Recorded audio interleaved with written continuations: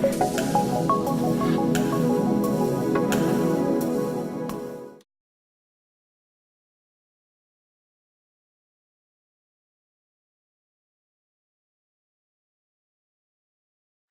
right, hello everybody, and привет, right? Welcome to this presentation. My name is John. I'm an iOS developer at Hyper, which is a Norwegian digital agency, and I also work on several open source Swift developer tools and frameworks.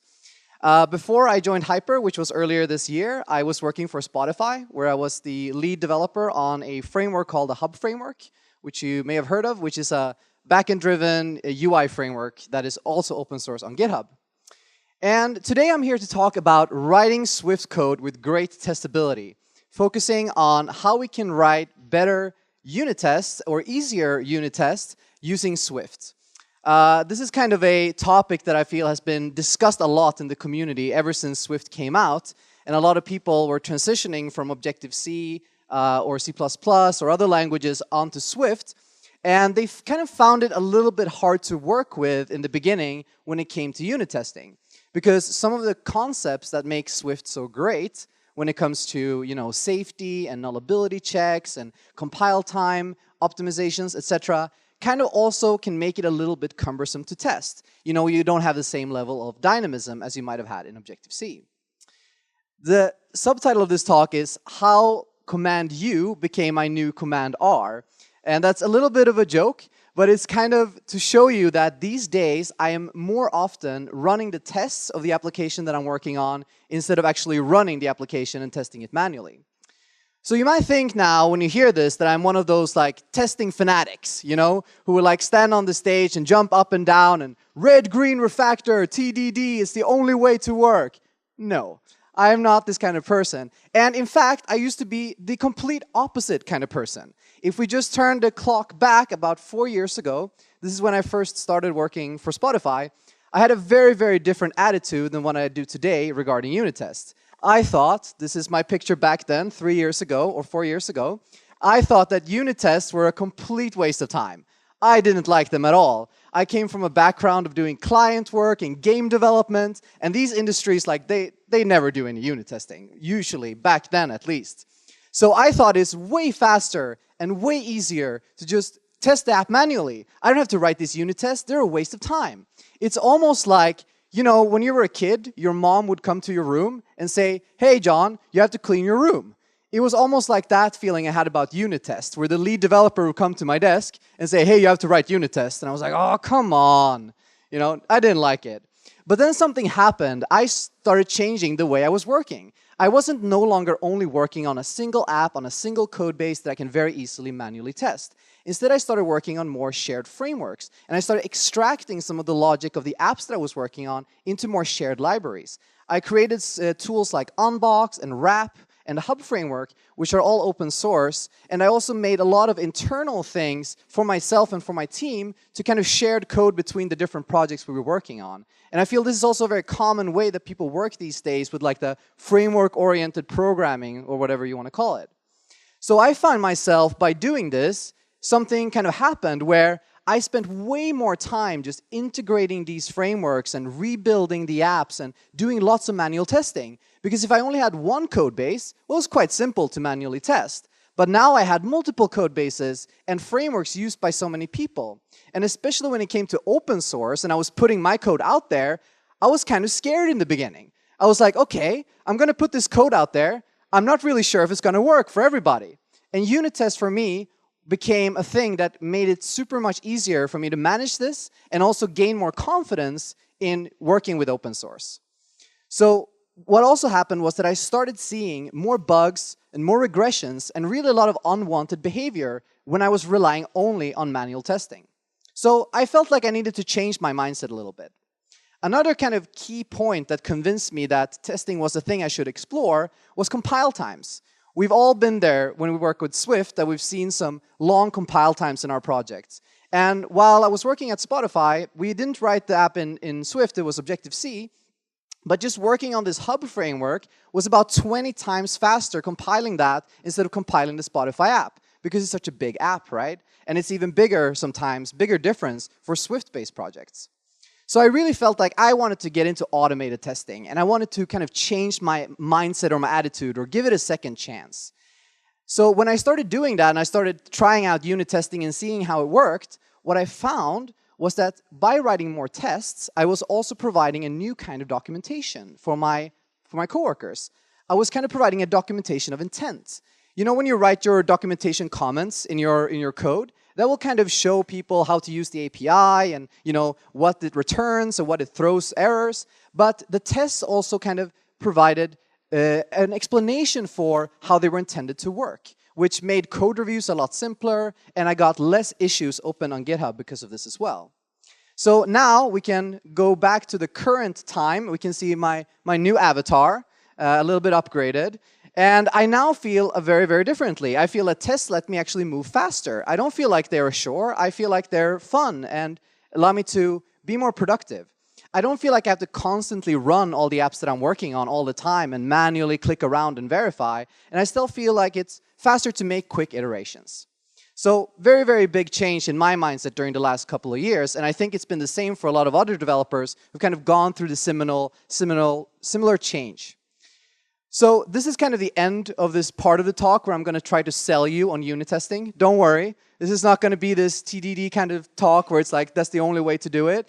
Instead, I want to get really practical and focus on giving you 3 tips that I've found to make unit testing a lot simpler to work with in Swift. So we're going to just go through these tips, and then at the end, you know, I have some examples as well. So the first tip is to design your code for testability.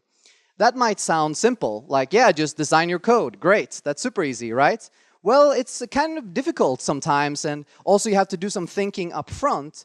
But the first thing I think you should ask yourself is, what makes code easy to test? You know, we have a lot of discussions in our teams when it's like, oh, this code is easy to test, or you know, this code clearly wasn't written for testing in mind, or something like that. But what is it really that we're talking about? What is it that we're looking for in easy to test code? Well, for me, it really comes down to 3 core characteristics. And the first one is that the code has unified input and output. In the functional programming world, there's this talk about a pure function. And a pure function is when you have some input, then you receive some output back. There are no side effects, and the same input will always generate the same output, no matter when it's called. And I'm not going to tell you to go and rewrite all of your apps in functional programming. You don't have to become Haskell programmers, all of you. Instead, let's just try to be inspired by that and see if we can organize our code in a way where it's just input and output operations, then it's going to be a lot easier to test. Next, let's try to keep our state local. In the Apple community, there's been a really, really big use of the singleton pattern, mostly because Apple is using the singleton pattern a lot in their APIs. And singletons can be nice for you know, sharing some APIs or convenience, but it can also lead you down a dangerous path of sharing state. A very, very common source of bugs that I see in apps that I work on is, for example, you have 2 view controllers, and they both have the same reference to something that is global. And then this global things change. Perhaps one of the view controllers updates the model in some way, and then the other view controller does not respond appropriately, and then you end up in an undefined state. So if you can try to keep it local instead, we're going to end up with less bugs and also easier to test code. Finally, the last characteristic that I'm looking for in testable code is that we have dependency injection. It will be very, very hard to do a talk about testing without mentioning dependency injection. It's kind of one of those buzzwords that you just have to talk about. So we're going to talk about that as well, a little bit. But now, let's take a look at some code. Enough talk about slides and pictures. Let's get down to it. So here, I've written a kind of simple file loader. This file loader here is just a wrapper really around like loading a binary file from the bundle. So basically what we do here is we try first to access a cached file. So we have a caching mechanism so we don't keep reading the same file. Then we get the main bundle from the singleton main bundle. Then we access the URL from that bundle. Otherwise, we throw an NS error if we can't do that. And then we move down here to get the data from the file, create a file instance, and then cache it and return it. So it's very, very straightforward. Nothing really super complex going on here.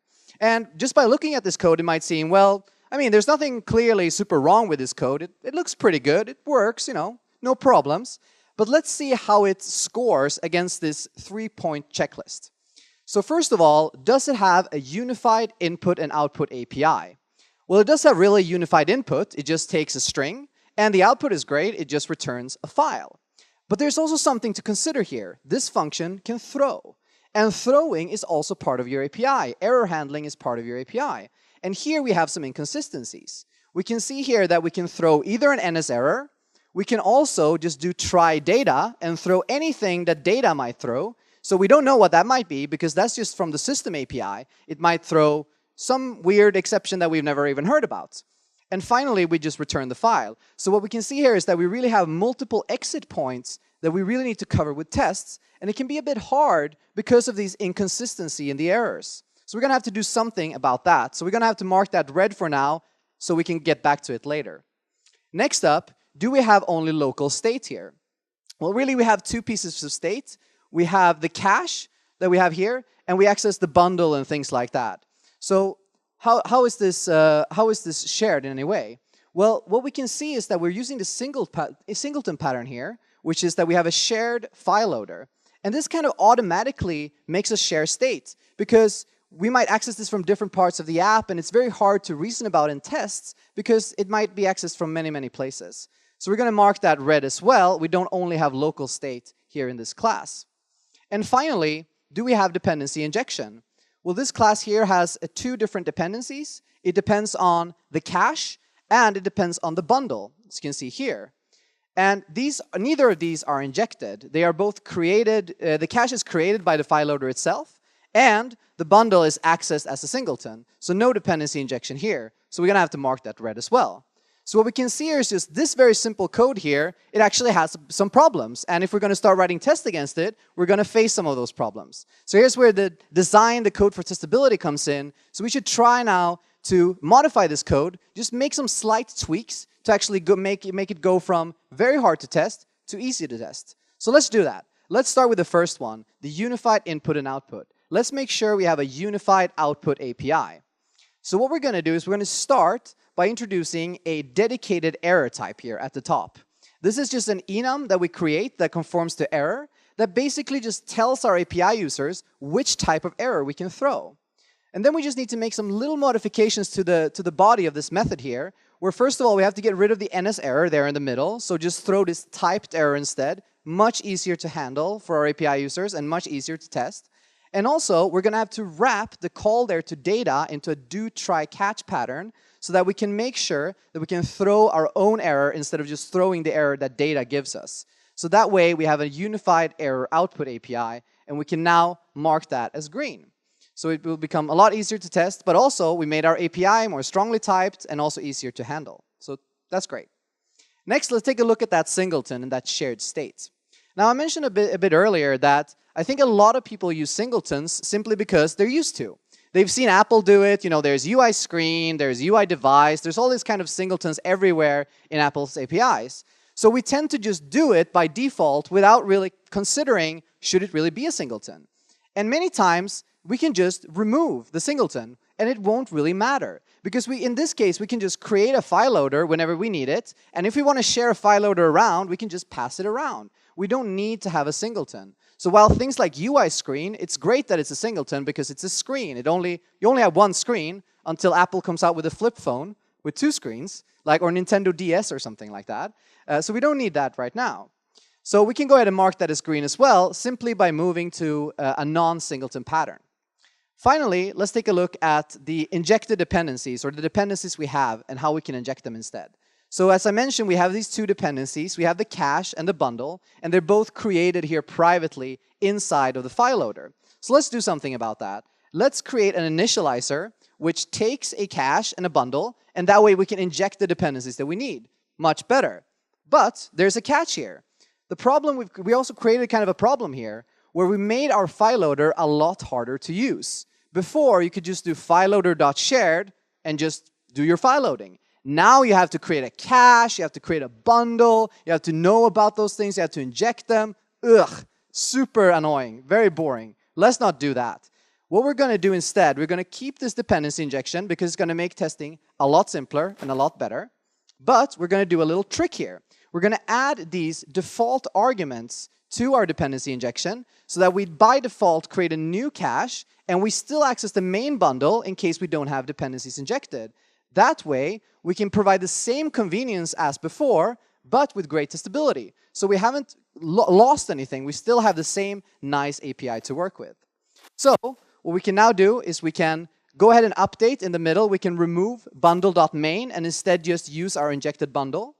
And we can also go ahead and use those injected dependencies right there. So again, very, very small modification to our code. We can retain backwards compatibility. We don't have to go ahead and update our entire code base and refactor everything and spend 5 weeks. We can just do it here. One single place, super easy. And that way we can mark the last thing as green as well. So we've now here in just some few small subtle tweaks gone from very, very hard to test until super easy to test. But now you might say, well, John, you say it's super easy to test, but do I just need to trust you? No, you don't need to trust me, but I hope you do. But let's write a test to prove that it's actually easy to test. So I'm going to switch over to Xcode here. And make sure that you can see that. Just give it a little while. There you go. Does that look good? Can you read that? All right, great. Sure, I can do light one. Is that better? All right, sweet. So now here we have the same file loader as before, the same API, and we want to write a test. So the test here is going to be to load and cache a file. So we're going to need a file loader first and foremost. So say let loader and just create an instance of our file loader. And here you can see this beauty of this using the default arguments in the initializer. We can both use it without dependency injection with all the defaults, or in this case, we want to do dependency injection because we're testing. So we can still have the nice convenience. So we're going to need to have a cache and we're going to need to have a bundle. Well, the cache is easy. We just create one because we can just instantiate it like that because it's our own type. Bundle is a little bit more complex because our test is not using the same bundle as our application bundle. So we're going to need to actually tell the system which bundle we want to use. So in order to do that, we're going to use the bundle for API and give type of self. That way, we are going to load the correct bundle for this class, which is our test case. All right, so let's dependency inject those things. So cache there, bundle there. All right, all good. So now we've done our setup. Let's actually write our test. I'm going to do a do try catch here. And in the catch block, I'm simply going to fail the test because we don't want this, we don't expect this to throw at all. So first, let me load a file. I'm going to say let file equals loader file named. And I have a little file here called testfile.json. Here in the, you probably don't see that because it's very small, but it's here in the Xcode project. So when you're doing testing, we're also going to have to say try because it can throw. When you're doing testing, it's always good to do some sanity checking. That way you are reducing the margin for error and you're like double checking your code a little bit. So the first thing I would recommend is to do an XCT assert true. Assert false. And you want to assert false that the file data is empty. So just to make sure that we don't have an empty file lingering around or we get some dummy file back. And then we want to make sure that we have XCT assert equal. So assert equality between our file and the file that the cache has. So we're going to say cache file named testfile.json. And you can see here also I'm putting both these strings as literals here. I'm not using some shared static thing which you usually want to do in your production code. Again, just to provide a double check for my own sanity. All right, so I'm going to run this test now. And let's see what happens. The build succeeded. Good first step.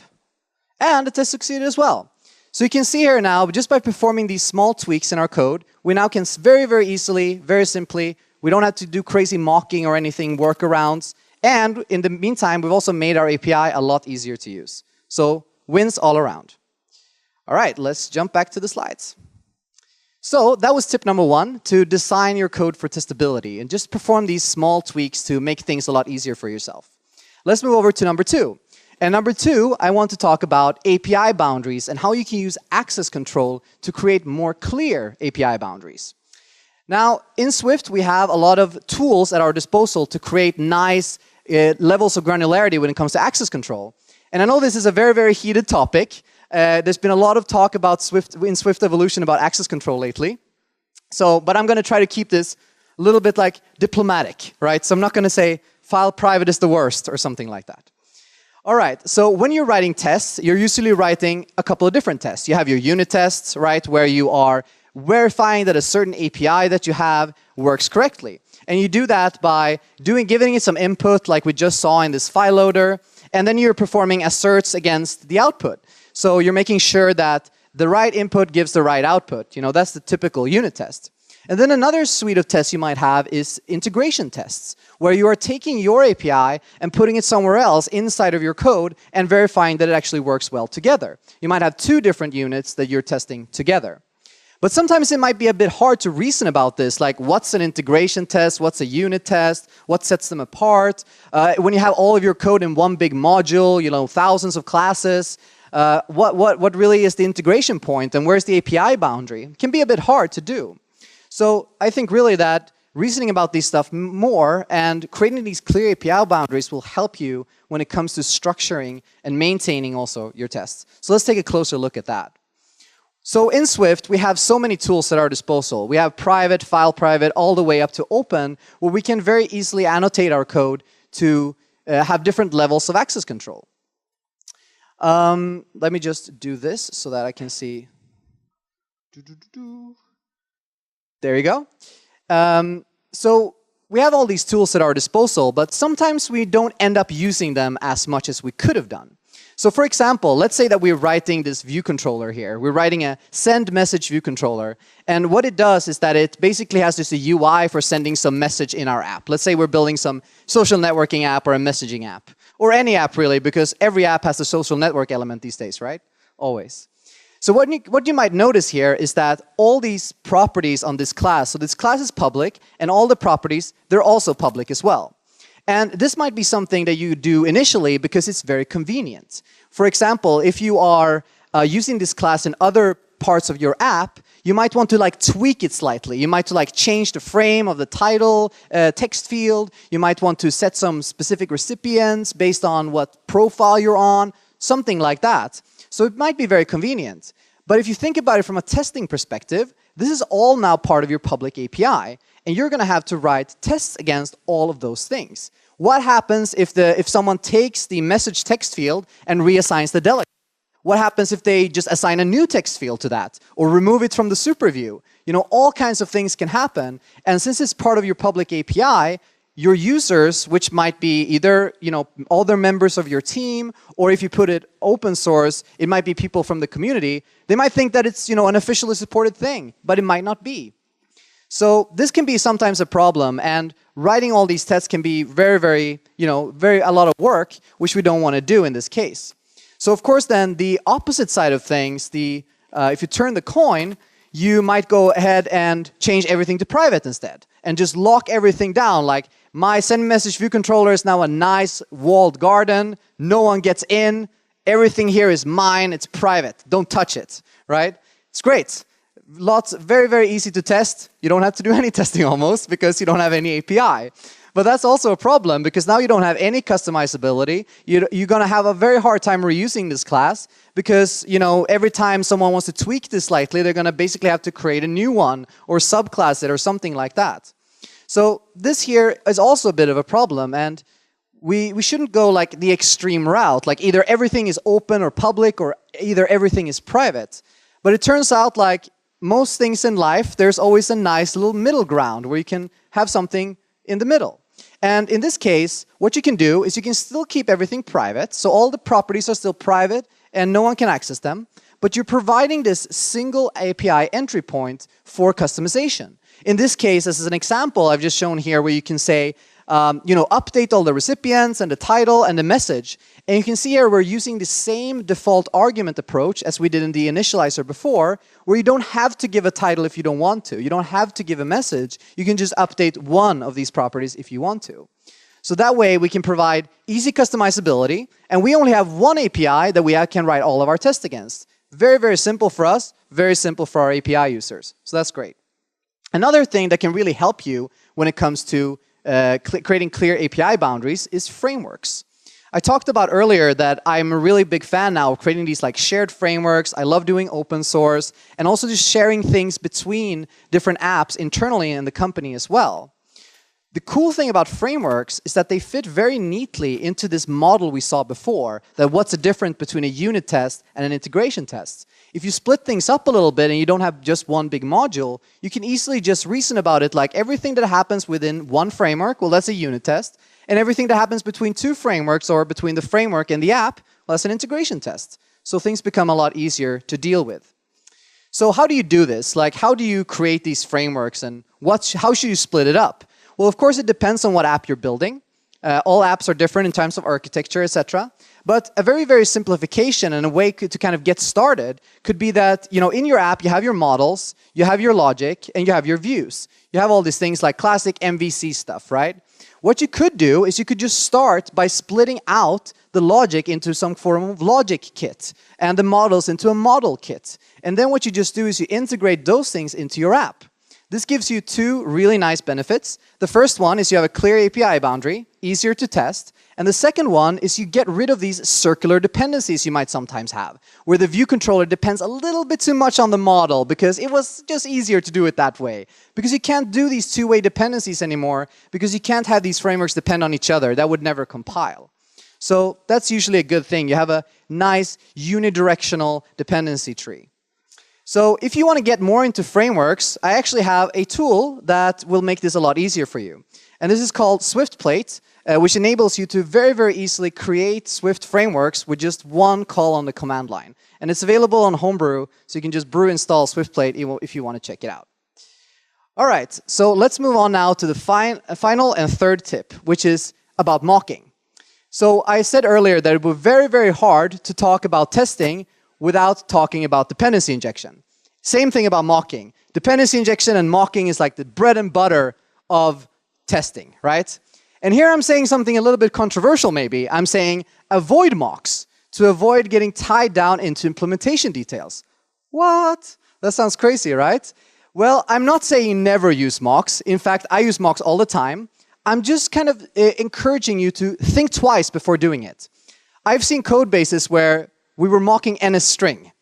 Maybe we don't need that because we can just create a string. We don't need to mock everything. And also mocks come with a cost and come with more complexity. And you can end up, instead of testing your API, testing too much of your implementation.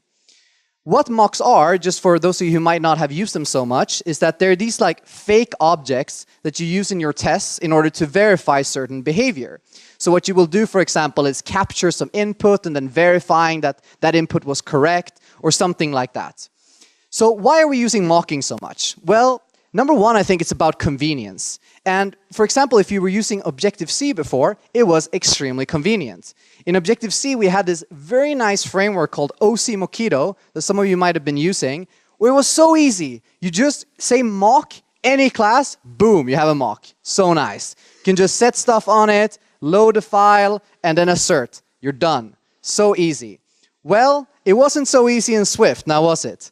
Because in Swift, we're going to have to do this manually. We don't have this runtime, language features, right? We don't have those anymore. So we're going to have to rely on a manually implemented partial mock in this case, if we want to mock the bundle. Partial mocks are a bit dangerous because what you're doing really is you're taking a system API, a system class, and you're modifying just one part of it, and then you're expecting things to keep working. And they might not, because we don't know the source. We can't look at the source code of NS bundle, for example, because it's proprietary. So we don't know if we're actually breaking something or ending up with some false positives. So it can be a bit dangerous to do this, and it's a lot of code to have to maintain. But it turns out that there's a lot of ways where we can use testing without having to mock. You might remember from the previous demo, we were using bundle, but we were using it without mocking. We just did bundle, we just created an instance of bundle with bundle for type of self. So there's a lot of opportunity usually to actually create real instances of objects instead of using mocks. You can still verify the same behavior. Let's take a look at an example. So here I've written an image loader. Image loader, very, very simple. What does it do? Well, UI image named. Great image loader, right? Very complex. But of course we want to test this because we want to test everything, even this simple image loader. So we have a view controller that uses this image loader. And what it does is in view will appear, it basically just calls the image loader and assigns the image that was loaded into an image view. All right, great. So how do we test this? Well, the initial thought might be, well, what we should just do is we should create this test case, and we should create this mock image loader here in the middle. And we use this manually implemented partial mock again, where we just subclass our image loader, we override image named, and then we just captured what strings, what names were sent to this image loader. Super nice, right? And then we just assert there in the bottom that the right image strings were sent. Well, this is one way of doing it, but if we think about it, what are we really testing here? Are we testing the API? Are we testing the outcome? Well, not really, because we are verifying things that are internal to the image loader. We shouldn't really care about that in a test. What we really want to care about is an image being displayed after view will appear. That's what we are after, the outcome of the code. A I think, very nice way of reasoning about this kind of stuff is, would you be able to hand your code to someone else and they could just write a test? That would be great, right? Someone else just writes your tests.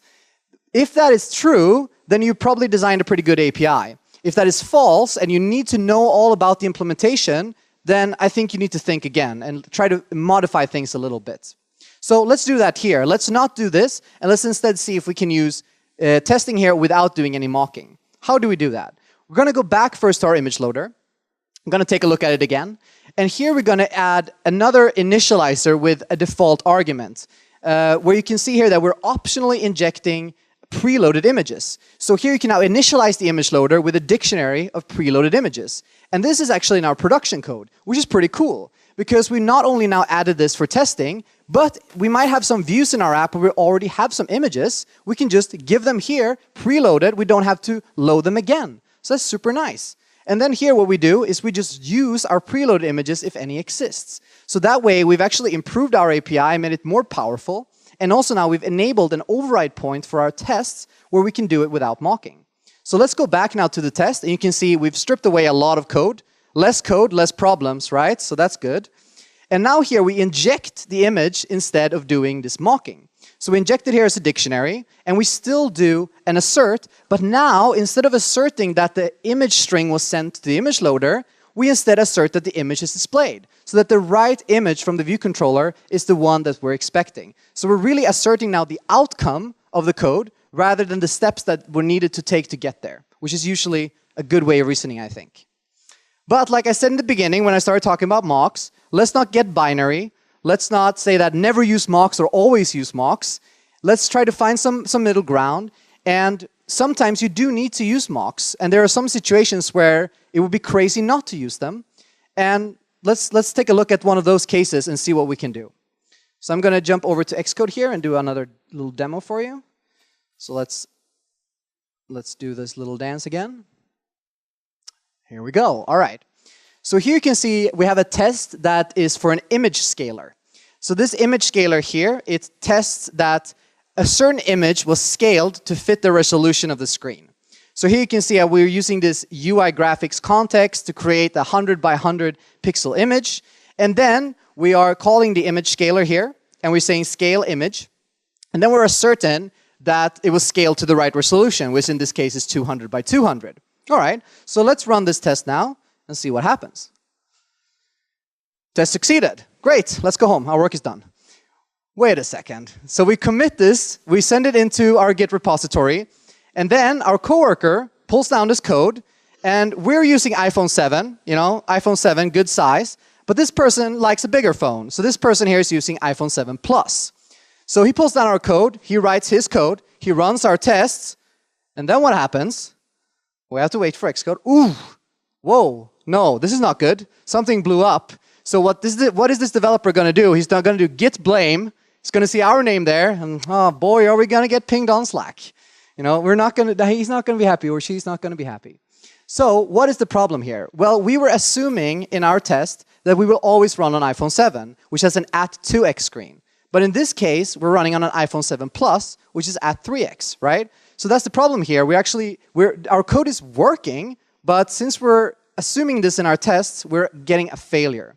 So how can we fix this? Well, this is a perfect case for mocking, where mocking can increase the predictability of our code or our tests. So let's jump over now to the implementation here and take a look. What is the problem? All right, so we can see here already that the problem is on line 7 here. We're accessing UI screen main. Another one of those singletons, huh? Well, we can fix this. So what we're going to do here is we're going to actually be able to mock the screen. It's not super easy to mock UI screen because it's a system class, but there's a trick to do it. What we're going to do is we're going to create a protocol. We're going to even make it public so our test can access it easier. And we're going to just call it screen. And this screen should have a scale property, CG float, and it can be read-only. And the good news is that UI screen already has this property. So what we can do, we can just add an extension on UI screen, conform to screen, and that's it. We don't need to write any code for it. We can just make it conform. So that way now we can actually mock UI screen without doing the partial mocking. We can mock the protocol instead. So how do we do that? Well, we're going to need to add the dependency injection, just like before. So in the initializer here, I'm going to add the ability to take a screen, and that's going to be of the screen type, not UI screen. But again, default arguments, right? You see, I love default arguments. They're so good. And here we just use UI screen main as the default argument. That means we retain backwards compatibility. We're still using UI screen main in our production code. Nothing has changed, but we can mock it in our tests. We're going to need to save a reference. So we're going to have a private here, not put it public. Private screen. And that's, again, of type screen. And then we just save the reference. So self screen equals screen. And then we're just going to need to go down here and change the use of UI screen main to this screen main. Yeah, typical. I can never spell screen. It's so hard word to spell. All right, there we go. Much better. All right, so let's now jump back to the test and see what we need to do. So we're going to create a mock. We can just build before so we get the right code completion. And we're just going to create a class here. I'm going to create this class inline in the actual test function. And this is because I don't want to share these singletons everywhere, or not singletons, mocks everywhere. You see that? I don't want to share singletons. I don't want to share these mocks everywhere. I just want them to be simple, easy, inline. So I'm going to say screen mock. That's of type screen. And we're going to have to implement scale. And in this case, let's just hard code 2. That way, we can make our test predictable. We're not going to make a super intelligent mock that has like 500 features. It's almost like the mock needs a test of its own. No. Let's just create a very, very simple mock here. And then we're just going to need to inject it in our image scaler. So we're just going to say screen mock, and just create a new instance of it. Now, let's run our test again on iPhone 7 Plus. And it now succeeds. Predictability, right? Much, much better. And this is a great technique, I think, to use not only for screen sizes, but for things like your networking code and other things that might be flaky in things like CI or on different machines. So you don't have to do the classic, well, it works on my machine. Now it's going to work on every machine. Much better. All right, let's jump back to the slides. So we're going to go here. All right, that's actually all that I had for you today. So I just want to summarize what we went through on these 3 tips. So first of all, we talked about code design. We talked about how can you design your code for testability. Just perform some subtle tweaks on your code so you don't have to redesign it all the time, so you don't have to struggle when you're testing and be frustrated and you know, oh, what is going on here? Instead, just try to do these with these subtle tricks, and there's a way to do it without breaking all of your app as well. And number 2, also to use the access control models that we have at our disposal to create these nice API boundaries. It creates a better, simpler API for API users, and it makes it easier to test. And finally, 3rd, avoid using mocks as much as possible to avoid getting tied down into implementation details. Try to test the API and the outcome of your code rather than all the implementation steps. But, like we saw in the demo, use mocks whenever you need really good predictability, but keep them inline, keep them simple. Don't put a lot of logic in your mocks. All right, so a few years ago, I told you in the beginning that I wasn't a big fan of testing, but I liked going to conferences. I didn't like testing, but I loved conferences. So I went to conferences and I heard people like me now talk about testing. And I kind of felt a little bad, you know, I felt like, you know, I'm not writing testing. What does that mean? Does it mean that I'm a bad developer or something? Or like, what is going on here? So I just want to like finish off with saying that, you know, if you don't have any tests at the moment, well, guess what? If you don't have any tests, you don't have any problems. So that's great, right? what I mean by that is that you don't have a problem because you just need to start somewhere. You just need to start doing some testing. Don't feel bad that you don't have testing yet. It's okay. You're not a bad developer. No worries. You don't have to read 500 books about testing or something like that. You can just start somewhere. Try experimenting. It was a great talk before, which was an Android talk, which is about how you can use Kotlin for test if you don't use Kotlin already. Same thing with Swift. If you're maybe still using Objective-C, you might use testing for experimenting with Swift. It's great. Great way to just start and trying things out. And set some goals for yourself, you know? You might have 0% test coverage right now. That's okay. You can just set a goal and say, you know, in 2 months, I want to be at 20%. Or in 2 months, I want to be at 10%. And then you can push some dashboards up in your office. And then if you hit that goal, you're going to have a party. You know, have a good party, like testing party. Yay, 20%. And then you can imagine the kind of party you will have when you get to 90%. Oof, that's going to be one big party. All right, thank you very much for coming today. I really appreciate it. I will also do another talk tomorrow, which is going to be a brand new talk about Swift scripting. If you want to follow me online, I'm on Twitter, Medium, and GitHub. I'm at John Sundell on every service. I write a weekly Swift blog every week, every weekend, about Swift development on Medium. And I have a lot of open source projects like Swift Plate, I mentioned earlier, Unbox, Marathon, etc., that you can check out on GitHub as well. Spasiba. Thank you very much.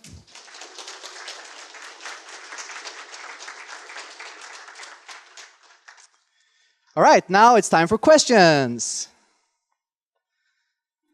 Hi, John. Thank Hey. you for such great talk. My question then, when you mentioned dependency injection and let's say default constants or default values, they are great, but when you like protocols, you know that you can't create functions there with default arguments. Yeah. One way to solve it to create extension with default arguments, but in this way your code won't be safe because when you would implement this protocol, nobody will warn you, and if you would call this function, it will go in recursive call. Right. How we should solve this? Because I think we should use protocol except of class Yeah, itself. it's a good idea. So what I usually do is that, for example, if I get the question right, it's like how do you actually create the default argument, right? For protocols. For protocols, yeah. So, for example, there, if you have the UI screen, right, that we had in the example, you could always say. Sorry, I mean my question: when you use functions inside protocols, you can't have default values, unfortunately. You can have default. No, you mean if you use a function inside a protocol? Yeah, if you have something, but test protocol. Oh, now I see what you mean. Okay, now I see what you mean.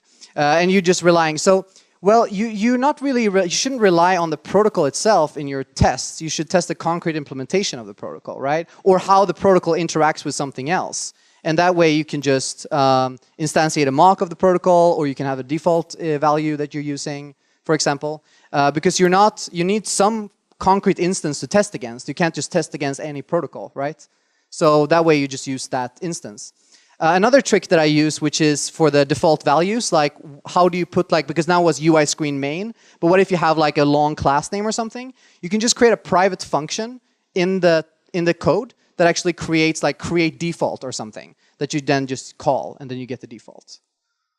Yeah. All right, next question. Yeah? Thank you. Once again, a great talk. I'm not going to stand up because... That's okay, yeah. So my question is, you're talking about avoiding mocks. And for myself, I feel that there is a line. Like, on one side, you want to unit test everything. You want to unit test all your dependencies. And then, like, if you have a class with 2, 3, 4 dependencies, you want to test it in isolation. So... but you're talking about that you should do an integration test and avoid mocking this stuff if there is no like super something, if you don't really need it. Yeah. Do you have any tips like how to draw this thin line between integration tests and like unit testing when you need it? Yeah.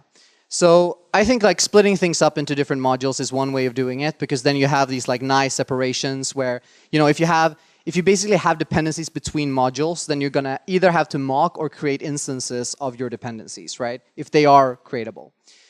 I think like using these default arguments that I've been, you know, using throughout the talk, it makes it easier for instances to be created of your dependencies. So for example, the cache that we were using in the first demo, we could just create an instance of the cache. We didn't have to mock it. And that makes the API easier. So if you have a class with 3 dependencies, if you're able to create instances of those dependencies and then inject them, then you can probably do that. But if that's not possible, then it's, of course, mocking. It's time to go to mocking city, right? But in terms of like how I think about dividing things, like I try to split things up with access control as much as I can, and then just try to do it without mocks. That's always my default kind of thing that I do, always the first thing I do. But if I can't do it for some reason, then I use a mock, if that's the case. So I'm not afraid of using mocks. I just don't want it to be the default. Okay, and with this stuff, with the like default arguments and with the protocols, do you feel sometimes that you are writing code just to help in testing, but the code that is not going to be used in production? It's true in one sense of the word, but it also gives me another big added benefit. And that is that I can clearly see what the dependencies are of a class. That's usually, especially when you have a big code base, when your code base grows, usually a big problem people are battling with. Like, what are the dependencies? And you use these tools to visualize the dependencies, and you see the spaghetti everywhere. It looks like spaghetti and meatballs, right? So by using the default arguments, you are actually putting things on the top, right? In the initializer, like, here are my dependencies, which is of great value, I think. So yeah, you are primarily doing it for testing. Yes, that's true. But I also think it has a lot of other added benefits except for testing. That's true. Yeah. Thanks. Yeah, you're welcome. All right. Yeah, go ahead. Yeah, so thanks for talk. Yeah. I'm curious if you have this experience. Have you ever worked with some like crazy legacy stuff, legacy code written in Swift? If so, what was the biggest pain point dealing with like writing tests for that code? Yeah, so there are some code bases where you want to start writing testing. You're really excited. Maybe you come back on Monday to your work now after hearing this talk, and you're like, yeah, testing, let's go. And then you see your classes, and you're like, oh, no, maybe not. So that's why, like, my point at the end was like, if you're, for example, writing something new, like if you have a code base which is very hard to test, like lots of legacy, lots of dependencies everywhere, singletons, blah, blah, blah, blah, blah, try out just when you're writing something new, like maybe you're writing some new manager class or some new controller or something new, which is very easy to test, start there, and then like gradually try to migrate your code into something testable. That would be my advice. The good thing about that is that when you do the refactor, so a lot of people like doing refactoring, but refactoring can sometimes be a bit dangerous because you're refactoring a lot of stuff and you're basically trading all the bugs that you knew about until a lot of new bugs that you didn't know about. But if you do it this way where you do testing in the same time, where you actually refactor in order to get good testability, you're actually going to have a much, much easier way to refactor and set yourself up for doing good refactors later as well. So I guess that would be my 2 tips, would be to start where it's like easy and fresh. And if you need to go back and refactor, like try to find some entry point into this spaghetti. Like maybe here I can start in this class or something like that. Yeah, that's understood. And but the question was, what was the biggest pain point? Oh, the biggest pain point for me. So you jumped in on Monday. Okay, yeah. I will write code, like write tests, but then you decide later. Why? So yeah, I guess the biggest pain point was singletons, to be honest. Like, in all the code bases I've worked with, there's been a lot of singletons and a lot of static APIs and a lot of like, in Swift, there's been a lot of enums that has methods, for example, and those are like, you can't allocate instances because they're all static. So those things were the biggest pain point, I would say, and refactoring those was kind of the biggest hurdle to get to good testability. But there's a way also to do it where you don't have to rewrite the singleton necessarily. You could extract what you need into some protocol maybe and start there and then move things over gradually. But yeah, to answer your question, I think that's the biggest pain point. Static APIs, singletons, things like that. Thank you. Yeah. Networking code that just uses URL session directly, like no dependency injection or Almo Fire or something. Very hard to test. All right. Okay. Cool. So yeah, I'll be around. Don't be afraid to come up and talk to me. I don't bite, I promise. I don't speak Russian, but we can talk in English a little bit. I speak some Polish. Can try that maybe. All right. Thank you very much.